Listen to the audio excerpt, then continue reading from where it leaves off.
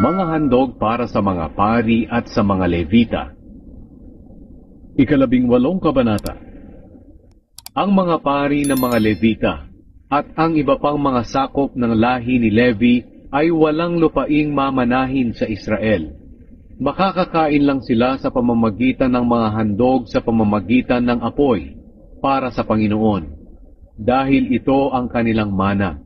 Wala silang mamanahing lupain, hindi tulad ng kapwa nila Israelita. Ang Panginoon ang kanilang mana, ayon sa ipinangako niya sa kanila. Balikat, pisngi, at tiyan ng mga bahaging mula sa baka o tupa na mula sa handog ng mga tao ang nakalaan para sa mga pari. Ibigay din ninyo sa mga pari ang naunang bahagi ng inyong trigo, bagong katas ng ubas, langis, at balahibo ng tupa.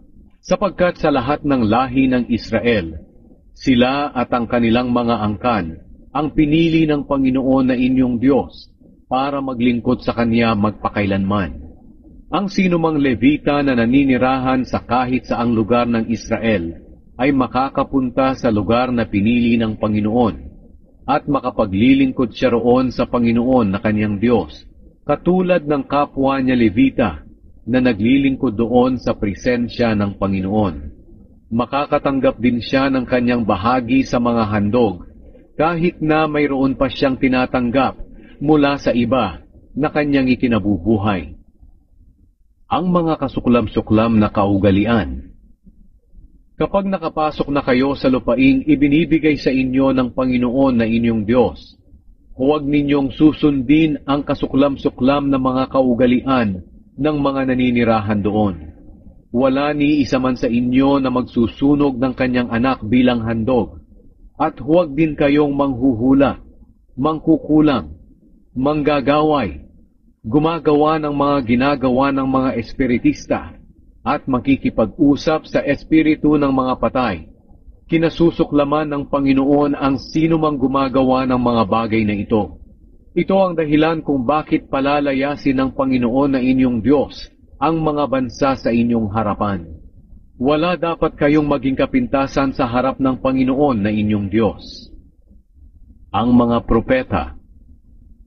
Ang mga bansang ito na palalayasin ninyo ay sumasangguni sa mga mangkukulam at mga manghuhula. Pero kayo, pinagbabawalan ng Panginoon na inyong Diyos sa paggawa nito. Sa halip, magpapadala sa inyo ang Panginoon na inyong Diyos ng isang propeta na mula sa inyo, at kadugo ninyo tulad ko. At kailangang makinig kayo sa Kanya, sapagkat ito ang hinihingi ninyo sa Panginoon na inyong Diyos, nang magtipon kayo roon sa Horeb.